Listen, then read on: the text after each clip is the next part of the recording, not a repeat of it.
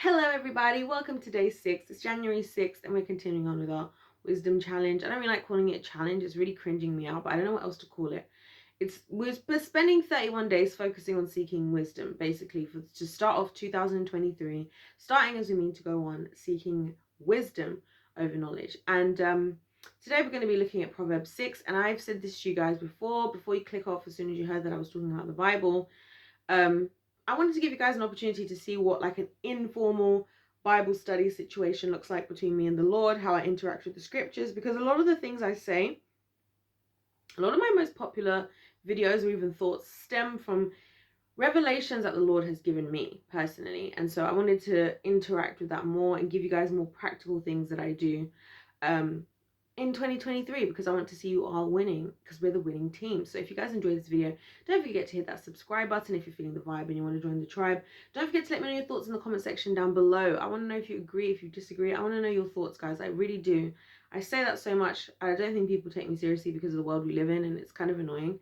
Because I get it, I get it. The world we live in is kind of trash and you can't really say what you mean. But I mean it. When I say I want to hear what you guys really think, I do really want to hear it. And of course, like the video if you do like the video. So let's get stuck in. If you guys don't know why we're doing this challenge and everything, watch the first 5 videos. I'm not going to keep every single video like updating you guys on why we're doing this, because it's just a long, it's not necessary. And also I recommend watching them all through from the beginning, because we're kind of building every day we're building on the wisdom, the understanding from the days before. So let's go. We're in Proverbs 6. I'm reading from the Passion Translation. And just to say that if you want to know why we're reading the Passion, again, I talked about this before, so go and check the other videos out. In verse 1 it says, "My son, if you co-sign a loan for an acquaintance and guarantee his debt, you'll be sorry." I just realized that was something else that's going to make me sorry. It's important, guys, that I invite the Holy Spirit. So Holy Spirit, please, we invite you to help give us the wisdom in the knowledgeable scriptures, the logos that the Lord has given to us, right? Logos, logic, is a way to, is a word used to describe what the Bible is. It's the logos, it's the logic, the knowledge. The Holy Spirit will show us the rhema, the wisdom, the spiritual element of it all. "My son, if you co-sign a loan for an acquaintance and guarantee his debt, you'll be sorry that you ever did it." Interesting. "You'll be trapped by your promise and legally bound by the agreement, so listen carefully to my advice. Quickly get out of it if you possibly can. Swallow your pride, get over your embarrassment, and go tell your friend," in quotations, "you want your name off that contract. Don't put it off, and don't rest until you get it done. Rescue yourself from future pain and be free from it once and for all. You'll be so relieved that you did."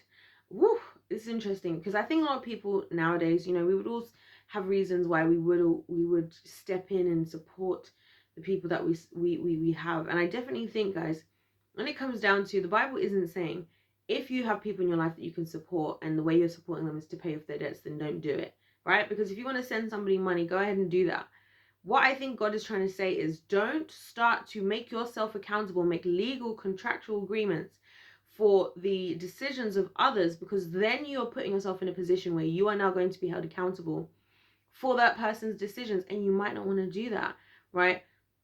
And many reasons I can think of why you wouldn't want to do that. First of all, you control yourself.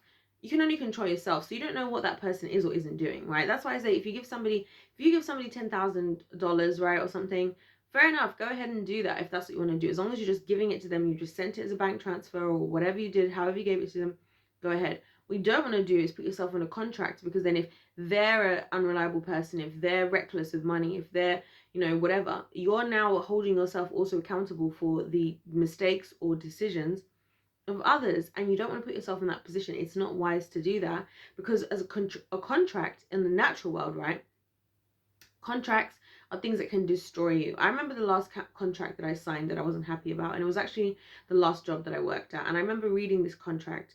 It was like 21 pages. It was a really long contract for no reason. And I also think we should outlaw, by the way, contracts that are just long for no reason. I've said this before, because I think it does it on the people do it on purpose, because they know you're not going to read through all of it, and so that they can get you in all of these little things you don't really understand.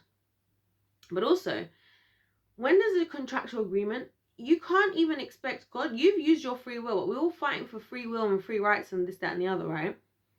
If you've decided to do something, you decided to do that yourself. How are you going to now look at God and say, "Oh God, How are you going to let this and this happen in my life when you're the one who signed your name on a contract, right? It's down to you. And that's why I think God is saying, don't get involved in that way.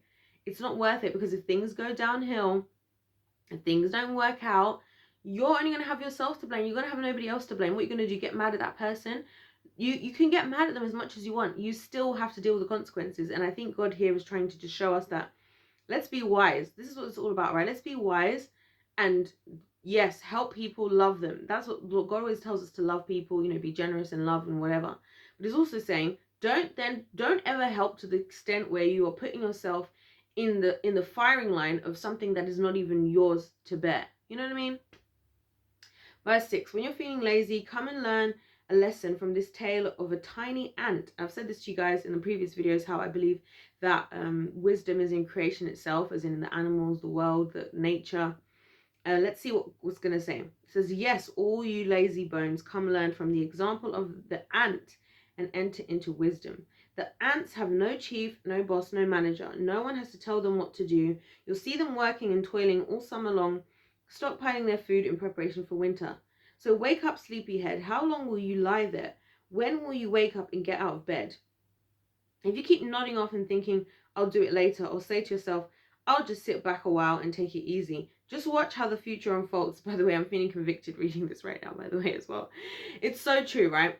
One thing I've noticed about animals and just creatures of the world, insects and everything, is they're a lot of the time, they're a lot more hardworking and they're a lot stronger than we are as humans, right? They know that if we don't prepare, we're going to be caught lacking, right? Or slacking, or whatever it is, right? We as humans, we somehow, and I think this is something that people attach to godliness a lot of the time. They attach laziness to godliness, that, oh, because I have God in my life now, I don't have to do anything. I don't have to be an active participant in this. It's a relationship, number one, on the most basic level. And at the successful level of winning in life and thriving, you have to be a part of it. The whole purpose is that God is there to be your father. He's not there to be your puppet master, sorry. And so, that's why I think he's talking about the ants and how they prepare, right? They're not just there lazily waiting. And I think procrastination is truly one of the most difficult things to overcome as humans. I'm not going to lie, because we can all find reasons not to do something, or to do something at another time. Procrastination, I'll tell you guys this from a full-blown personal experience. One of the reasons I decided, probably the biggest reason I decided to do this wisdom challenge on YouTube, guys, do you know why I decided to do this? Because I said, I know that I'm the type of person that I don't like to let people down. So if I tell people that I'm going to do something, I really try my best to be able to do it, right? More than I'll do something for myself, even if that thing is a good thing for myself. So I told myself that I was going to do this 31-day challenge on YouTube. Why? Purely because I want to make sure I'm going to actually do it.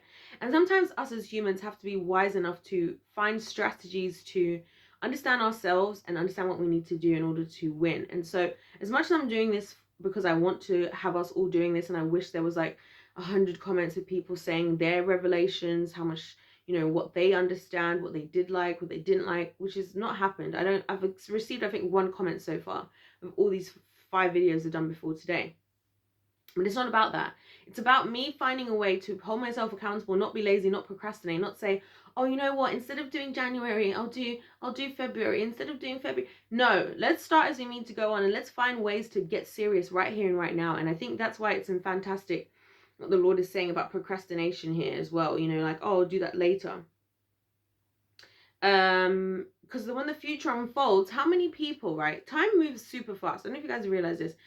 Time moves super duper fast. Like, if you don't take advantage of now, all you have control over is now. You don't have control over the past. You don't have control over the future. Okay, you can inform the future. You can change the future based on what you do right now. But in reality, right, what you have is right now. And so always planning to do something in the future or later, you don't know what later is going to entail. You don't know who's going to call you randomly. You don't know what thing is going to come up. You don't know when you're going to next get sick. Stuff like that. So if you can do it now, just do it now. You know what I'm saying? I believe God is very much a believer in that, and I even heard the other day, I read that one of the speakers I like to listen to was saying that procrastination is just an excuse for a lack of clarity. You should just do it. Stop waiting for all this time to be clarified that, oh God, did you tell me 100 times I should do this? Or am I sure I can actually achieve this? Just start now, because something, how funny it is where you could just start a habit, right? Let's say you want to lose weight. Let's say you want to lose 20 pounds. Let's say you want to lose 20 pounds, right? You could be putting it off like, oh, this isn't the great season because I'm busy, because I'm this, because I'm that.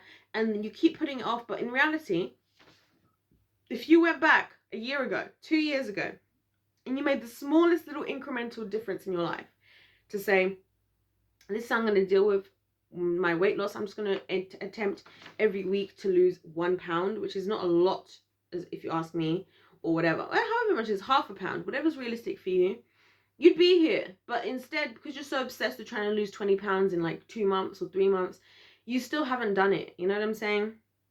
Let's continue. Verse 11. By making excuses, you'll learn what it means to go without. Poverty will pounce on you like a bandit and move in as your roommate for life. This is so true, right? This is so true. We can easily find excuses, guys. And I'm not going to lie. Like, one thing I've learned from God the Father, and especially just his masculinity and why he's definitely a man, is God doesn't give you excuses. He's like, he will appreciate where you're at, and he'll always give everybody the amount of grace they need to survive. But he'll also be the same one who's like, dude, that's an excuse. Why are you here? Like, you know, sometimes the big changes we need in life are not something like, they don't have to be these huge epiphanies of I'm going to change this, or these huge revelations, this huge spiritual intervention. Sometimes it's basic things you could do on a day-to-day basis that could help you out. You know, one of the classic examples I'm thinking of right now is people who buy coffee, right, in Starbucks or whatever, right? I find it so interesting because a lot of these people say they don't have money, right? And now I'm not saying you're going to have a life-changing more amount of money if you don't buy Starbucks, but if you're saying you don't have money, maybe you should learn how to make coffee at home. And let's go to the next level, right? Let's see how all the costs of you going to Starbucks, right? You might say you're broke or whatever. First of all, there's the cost of you driving there, as in the amount of petrol you pay for, or gas, as they call it in America. Right? I like to try and always give the UK and the US analogy, even though 65, I think it's like 70% of my, 65 or something percent of my audience is American. I've got like 2% Brits here, guys. It's so funny. I'm not surprised the Brits don't like me because I'm too truthful and too to the point, right? But anyway, so let's say you spend all your gas money, right? You got all the gas you spend. It might not seem like that much on the day, but if you're doing it every single day, you're going out of your way. And I see this a lot of the time with people, especially on like the internet, content creators who will like, or people who work from home. They'll work from home, but they'll still drive to Starbucks in the morning, which I find really interesting. You just got that money, right? Then you've got the money that you spend on whatever you actually buy, right? Which could be, oh, well, I'm here now, and you know what? I'm not really feeling like cooking because when I get back, I want to go straight to work, or when I get back, or I want to go straight to the gym. Now you're buying food. Now you're buying other things, right? So then there's the food costs on top of it. So you've got the gasoline. Now you got the food, and do you know what other thing you're costing? Time. Because especially if you live in somewhere like the United States, I'll tell you guys something I realized about the United States is significantly different to places like the UK. Right now, as I'm sitting here, guys, let's think. If I wanted to go to the shop, if I wanted to go and buy stuff right now, like basic stuff, closest corner shop to me is probably like a 7-minute walk. From where I live right now, all the main shopping center in the area that I live is about not even a 15-minute walk away. And let's say I don't want to go all the way to the shopping center, but I want to go to somewhere that's got more than just the shop that I have. That's about a 10-minute walk, right? In the United States, you don't really get anywhere that you don't have to drive at least 20 minutes to. So the time portion is another part of it, right? So the cost that you've actually lost in your day, right? You drove 20 minutes and 20 minutes. Let's say your local Starbucks is 20 minutes away. You've driven 20 minutes away, 20 minutes back, right? So you've lost 40 minutes of your day. Then you spent time buying Starbucks.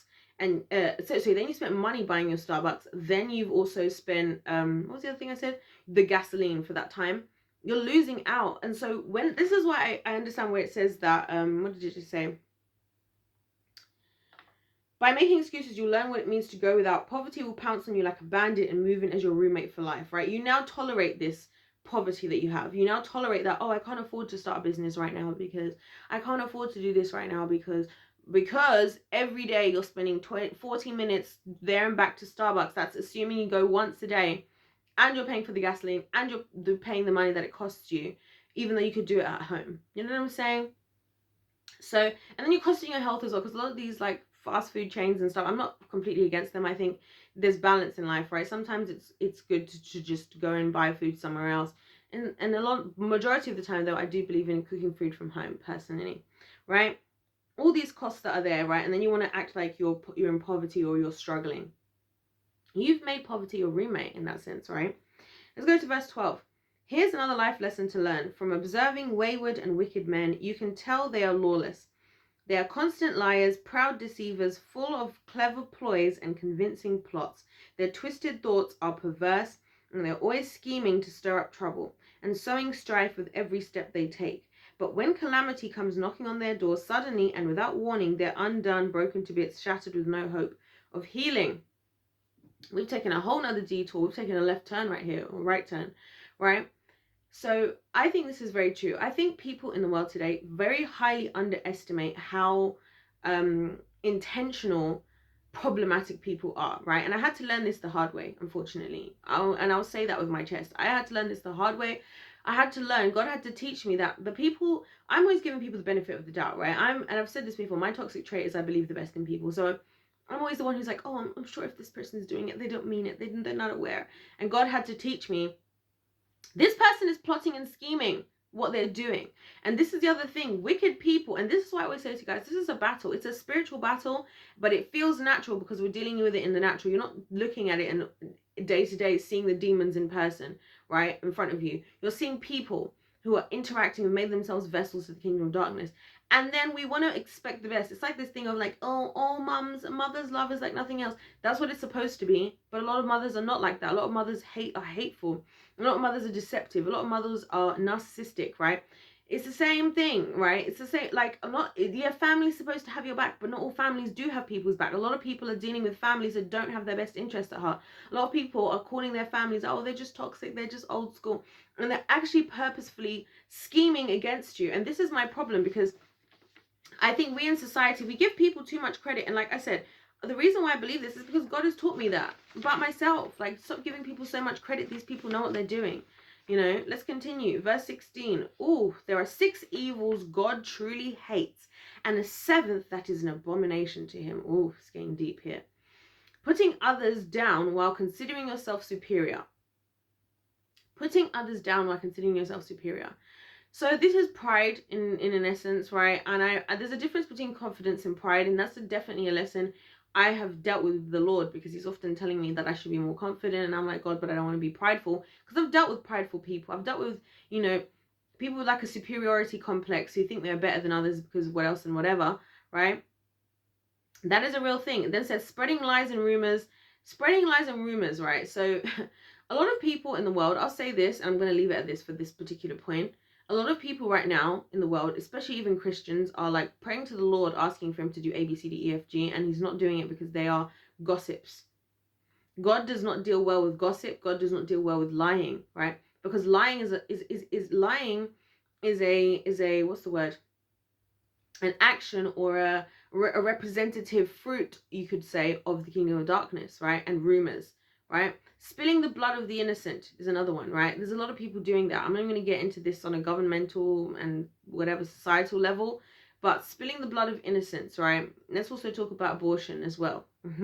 Nobody wanted to hear that, right? Some of you are going to click off this video right now like, oh, who is she judging? You don't even know. What about people? What about the less than 1% of those people doing an abortion who have gone through these extreme things that we all used to justify doing it, even though in reality you're actually getting an abortion just because you wanted to be a hoe and you wanted to sleep with a guy you've never married. Now you want to get rid of his child selfishly, right? Verse 18, plotting evil in your heart toward another, gloating over doing what's plainly wrong. Ha! Does this not sound like modern day society? How many people are so prideful about like doing the wrong thing? Because you know what I find so interesting about God, and what I really like about him as well, I really like this characteristic about him, is he will actually let you live in your delusion to an extent. He'll present the wisdom, the knowledge before you, right? The Bible, whether it's his people, whether it's your circumstances, whether it's life, whatever it is, somewhere you'll experience his, and I believe this is true for all, right? But he will also let you, like, if you want to be a deluded idiot, go ahead and do that. And just know that this is an evil that God truly hates. He hates it. That's a strong word. God is, the thing about God is different to us as humans. Is us as humans, especially those of us in the Western world, we use a lot of words so like casually that we don't really take stuff seriously anymore. And I think that's the thing with God, is he's not like that. God is the opposite. When God uses a word, he means it. When God says he hates something, he's talking about detestable. Detestable, hates. God hates things, right? It's like when he uses the word whore. That's why I started to use it. Why do you think God would use such a provocative word that all these years later, since the Bible was written, we would still class as a cuss word? Because he's trying to show his true feeling about the word whore. In fact, yesterday I was even having a conversation with somebody about how, you know, when it comes to like colorful language or swear words and stuff, that a lot of times people use them because they have a certain kick to them. And God utilizes that kick now. He's not somebody who goes around swearing all the time. Let's just say that, right? Anyway, verse 19, spouting lies in false testimony and stirring up strife between friends. These are eternally despicable to God. Despicable. Despicable. Isn't it funny how we don't even see those words as that strong, because we have movies like Despicable Me. Even though it's turned out, I'm not going to say what I can't even remember the theories I've heard about what the minions are actually supposed to represent, but we'll talk about that on another day, right? If anybody cares, if anybody comments, for goodness sake. But anyway, right, false testimony, strife between friends. God does not like people who are out here causing destruction, right? Because like I've said before, and I'll say it again, the Bible says the enemy comes to kill, steal, and destroy. Jesus came, to give us life and life abundantly. God is not a part of strife. Now, here's the thing, guys. Because there are two kingdoms, and I have to explain this very well. Because there are two kingdoms, strife will exist on its own. And that's because of the spiritual battle. It's because some people are going to sit on the side of lying. There are liars, there are truth tellers, right? There's the kingdom of darkness, there's the kingdom of light. That's how it works, right? So you can't really get mad at God in any sense for that, right? Because that's naturally going to happen. That's why I've experienced this myself. Like, you know, I never actually, sorry, let me be very specific. I don't ever go in my life out trying to cause strife or upset or division, because I don't believe in division. I believe in unity, right? I want to see real unity. That's why I speak the truth. But here's the thing, the Bible even says that people are haters of the truth, right? So when I'm speaking the truth amongst liars who want to stick to their lies, it's going to instantly cause division. Do you guys see what I'm saying? That's one thing. The other thing is when you're purposefully speaking lies on somebody else, right? So let's continue. Where are we? Verse 20. My son, obey your father's godly instruction and follow your mother's life-giving teaching. Fill your heart with their advice and let your life be shaped by what they've taught you. Now, I've said this to you guys before, and I'll say it again because it's worth saying. As far as this verse, I believe that God gave us parents because they're supposed to impart the wisdom and knowledge of life for us to live happy and fulfilled lives based on their own experiences in life / their relationship with God. Now, this is not true for everybody. I don't believe, unfortunately, in a worldly standard, even in a Christian standard, unfortunately, as well. Because it has to be people who have true relationships with God, if you ask me. But there's also people who don't, who are operating enough in the kingdom of light that they are still exhibiting the same traits, right? When you have a wise, truthful, good mother and father, that's why you're going to live long. That's why in the 10 Commandments in Exodus 20, it says, honor your mother and father and you shall live a long life. Because if you honor them, if you respect them to the point where you trust them over yourself, you will live a long life because you learn from their wisdom. So that's why I believe he's saying that. Verse 21, fill your heart with their advice and let your life be shaped by what they've taught you. Their wisdom will guide you wherever you go and keep you from bringing harm to yourself. So that's basically what I was just saying. Their instruction will whisper to you at every sunrise and direct you through a brand new day. For truth is a bright beam of light shining into every area of your life, instructing and correcting you to discover the ways to godly living. Love this. Now, what I'm thinking with this is I'm mainly thinking of the light portion of this. Because here's the thing about light and darkness. Let's just talk about light and darkness, not from a spiritual perspective, but just from a literal, natural perspective, right? When it's dark, what is the thing that you know with your eyes when things are dark? If it's pitch black, you can't see anything, right? It's a perfect place to be hidden. It's a perfect way for things to be hidden and truth to be hidden, facts to be hidden, whatever. When light is shone, Light will show the light of everything, right? It will put light so that the dark things are visible. It'll put light so the light things are visible. Everything now becomes visible. What is good is visible. What is bad is visible.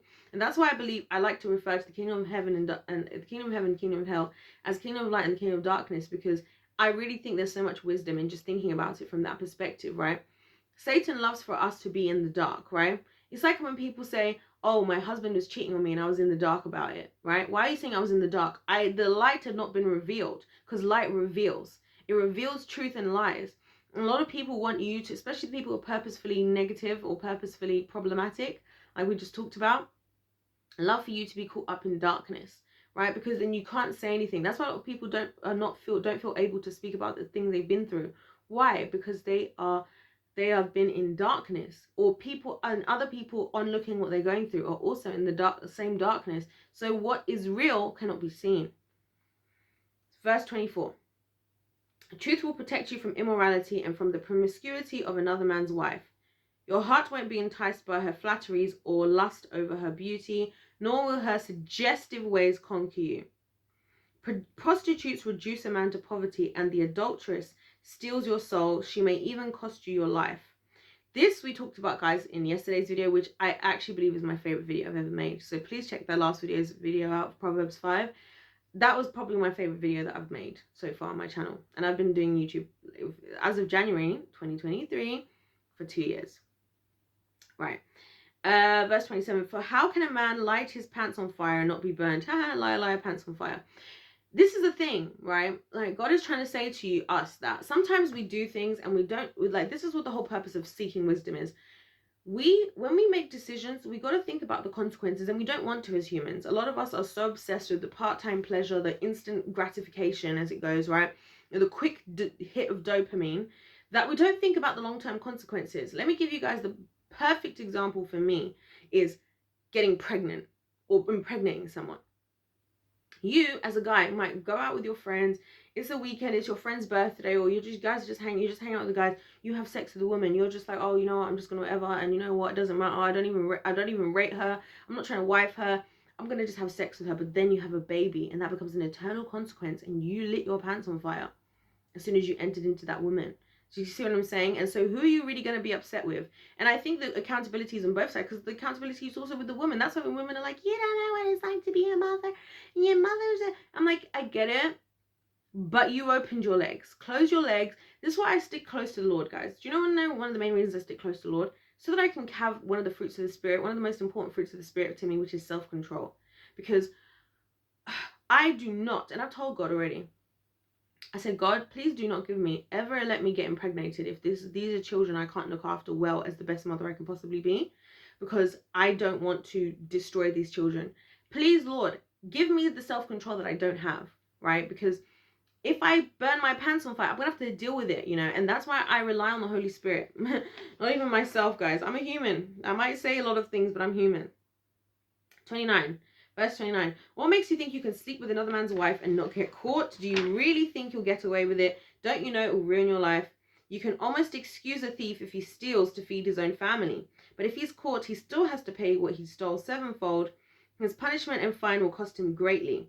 Don't be so stupid as to think you can get away with your adultery. It will destroy your life, and you'll pay the price for the rest of your days. You'll discover what humiliation, shame, and disgrace are all about. For no one will ever let you forget what you've done. Whew, isn't that true?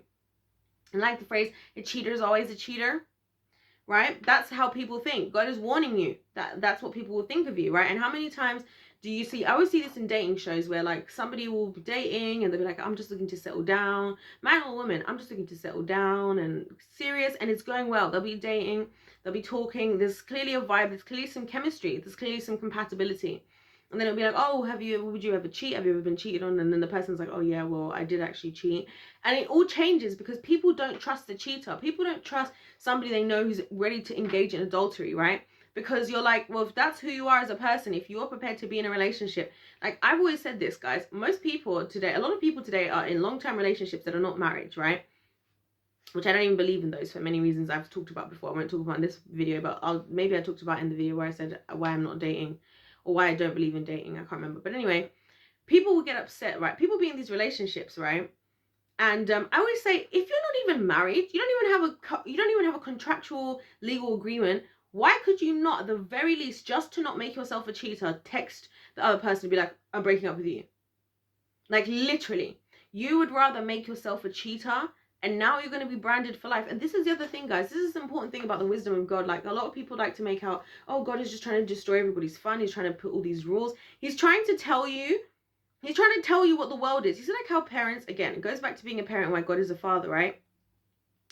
He's trying to tell you things that are going to help you win in life. Because if you're a person, if you become a cheater, if you are engaging with another man's wife, if somebody discovers that's what you do, people are going to judge you for it. And it's going to make your dating life more difficult. The good guy or the good woman who comes along, right? She's not going to want to be with you. And this is how I think so many of these cycles repeat themselves in society. And this is why I think the problematic individuals in society are destroying it for everybody. You know why? Because you have a good guy who won't want to be with you because he's heard, oh, she's a cheater, or she did this, or she did whatever, right? Now he doesn't want to be with you. Now he's not interested in you. And now she's not interested in you. Now the people you do attract are the people who would continue that behavior, because they might be the only people who would accept it. And then you have that type of person, and then you get in a relationship, and then they cheat. And then now you think women are the problem, or women are trash, or you think men are trash. And you see how it just cycles around and round. And then so you got to say to yourself, as I always say, what is God's goal here? Could we just entertain the thought that maybe he says things because he actually has our best interests at heart, because he actually wants to see us win and succeed, you know? And that's he said, don't be stupid to think you'll get away with it. I think us as humans, especially, I'm going to say this from the female perspective, so I'm not ignoring the male perspective, but I can only speak as a female. So if any gentlemen want to let us know your perspective in the comments, please do. All right, but as a female, I find it so interesting how guys always think they're going to get away with cheating, and just a lot of things they think they're going to get away with. And I'm like, did you not think you were going to get caught? Like, did you not think? And they do. They thought somewhere in their brain, I don't know who told them, I don't know what delusion they're believing. They don't understand women. A lot of men don't really understand women, for starters, right? And don't really understand life. So they think, oh, as long as I do this, oh, well, before I go and see my girlfriend, I'm going to go in the shower. But then the girl who you're trying to control, who's uncontrollable, because all humans are uncontrollable, the only person you can control is yourself, starts calling you, starts buzzing on your phone, right? This, that, and the other. And now you've messed up. I'll tell you guys, this exact situation happened to me, actually, with a guy. And I wasn't even interested in the guy, by the way. This is a work situation, right? One of the many reasons I had to take a big pause on working as a choreographer and dancer and in the entertainment industry, right? I'll tell you guys this story. So basically, I met this guy, and he's a well-known artist. I'm not going to say who he is because I need to keep. I'm really keeping this away for the sake of the woman involved in this, right? He's a well-known artist. So we had discussed, like, he was talking about how he has his EP is about to come out, and he wants to do a launch party and this, that, and the other. And he overheard, because we met each other at this random event. We randomly met each other at this event, and he wanted to kind of talk to me because I said I was a choreographer, and I kind of talked about the things I'd done, not trying to gain a client or anything. I was just talking at the event because people were asking me about, like, what I'm doing, what do I do, what am I planning to do, you know, that type of stuff. Anyway, so we exchanged contact details because he wanted to hire me as a choreographer and my dancers to come and perform potentially at his album launch, his EP launch, right? So I'm like, great. So we go to meet, me and this guy, and it's a normal type of meeting setup that happens with amongst creatives, right? Because creative meetups, if you guys haven't worked in the entertainment industry, it's completely different. You don't really like book a meeting room and then go and meet and wherever. It's very informal. A lot of time meetings happen, you know, where there's going to be like, oh, there's going to be this party, let's meet before, or there's going to be this, or there's going to be this dinner, or there's going to be this, whatever it is, right?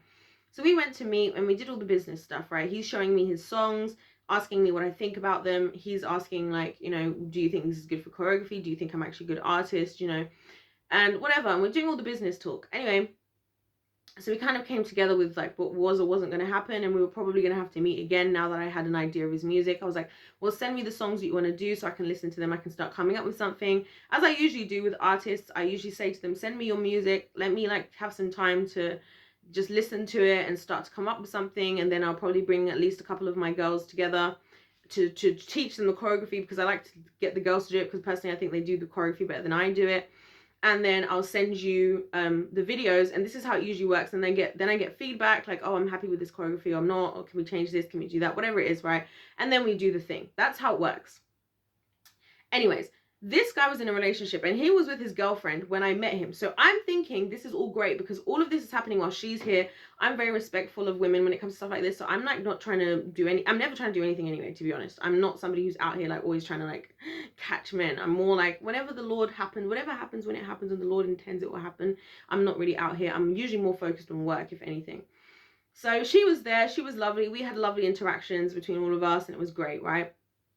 After the business was done, this man now starts trying to, engage with me as far as like, he's trying to, put a move onto me. And he's like, well, and it was crazy because it was like, his tone just changed. And I think us ladies know this about guys, that when they're trying to do something, when they're trying to achieve something with us as women, the tone changes about how men talk. And guys even say, you can hear the differences. It could either be when the men are like super in love, they might talk in a slightly more high pitched, like lovey-dovey voice to their woman. When they want to get, to do the things that adult people do, their voice usually deepens and they start to talk with a certain kind of like demeanor and whatever and delivery. So I noticed his voice changed and I was thinking, has this happened to me a few times?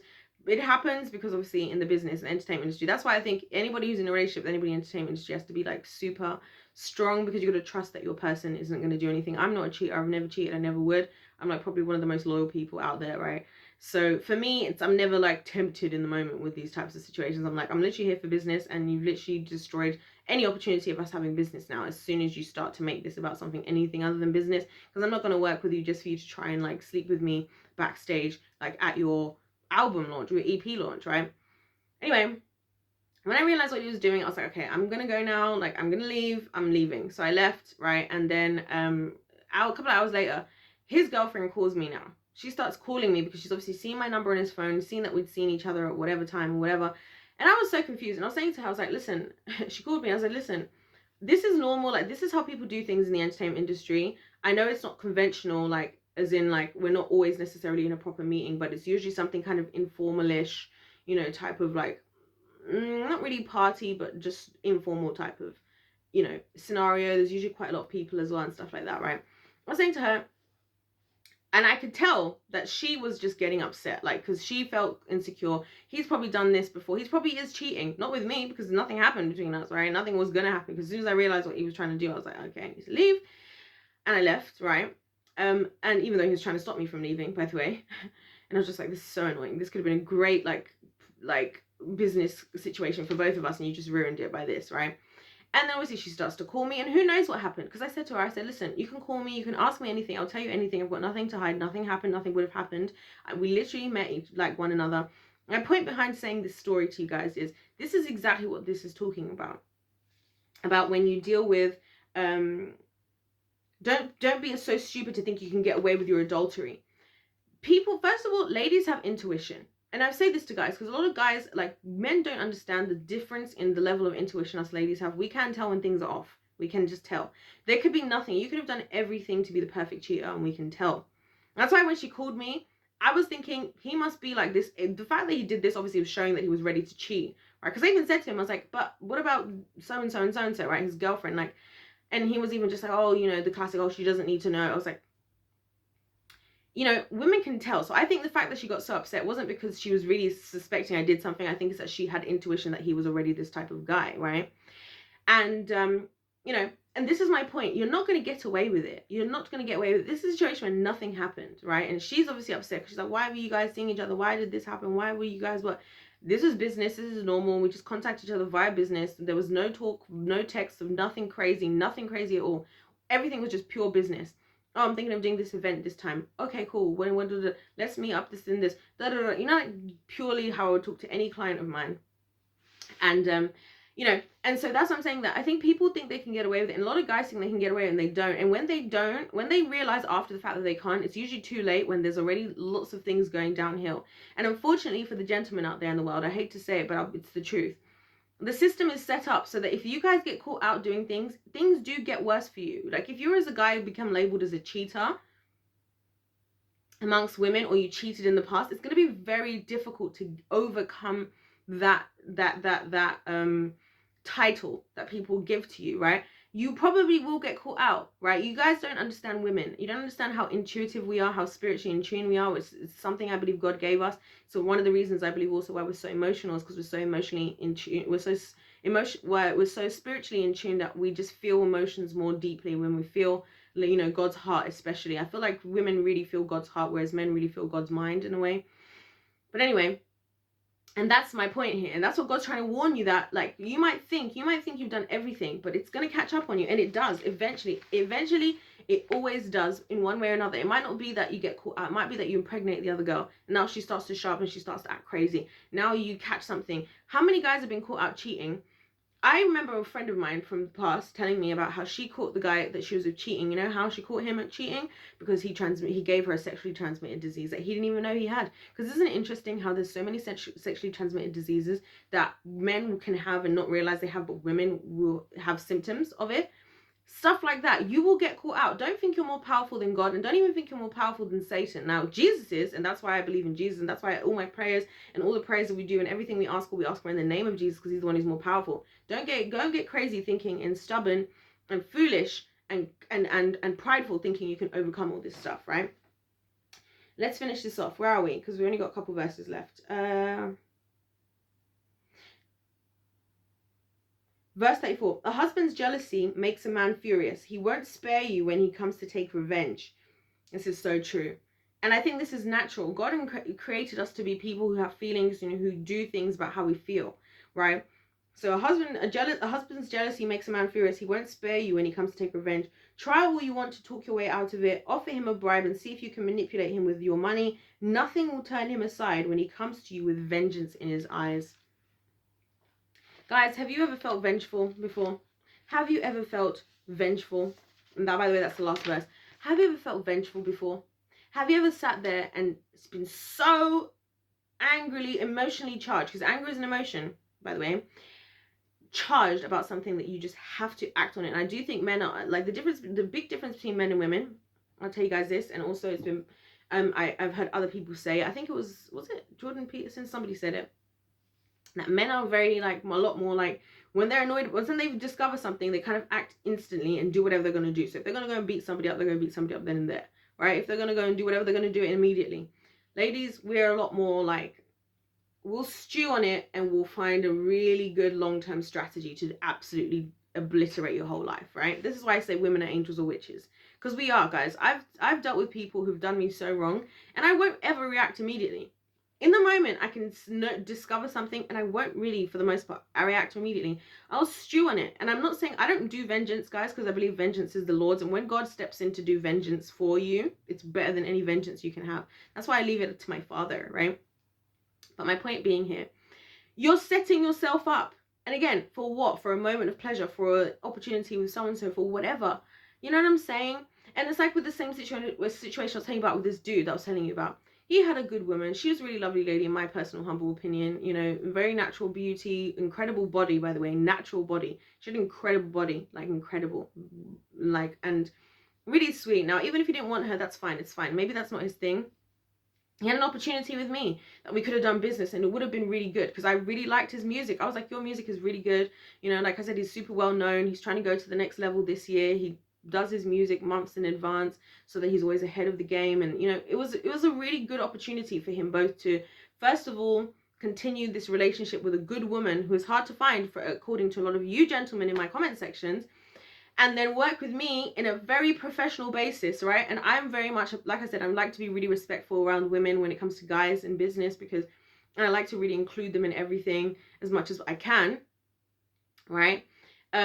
He ruined that. Why? Because in the moment, or because he whatever, and he was even saying to me like, oh, well, I thought you wanted this as well. Like, there was clearly an attraction in the beginning. I was like, what are you talking about?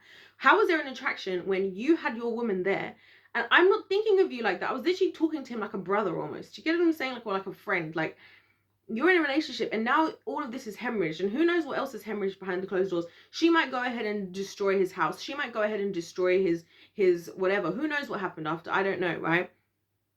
But the point I'm saying here is he's causing his own destruction, right? For what? You have a good platform. You're a successful artist. You have a good woman. You had a good business opportunity. This is just one scenario that I know about. Who knows what else is going on behind closed doors, right? And this is what I think is why the wisdom of the Lord is so important. The wisdom of a good father is so, so important, because God is trying to warn us. He's trying to say some of the things that the world will tell you, it's not true. It's not true. And some of the things you think you can get yourself out of, you can't. That's why sometimes when guys are like, I get why women get crazy. I get why men get crazy when they go through certain things. I believe God does.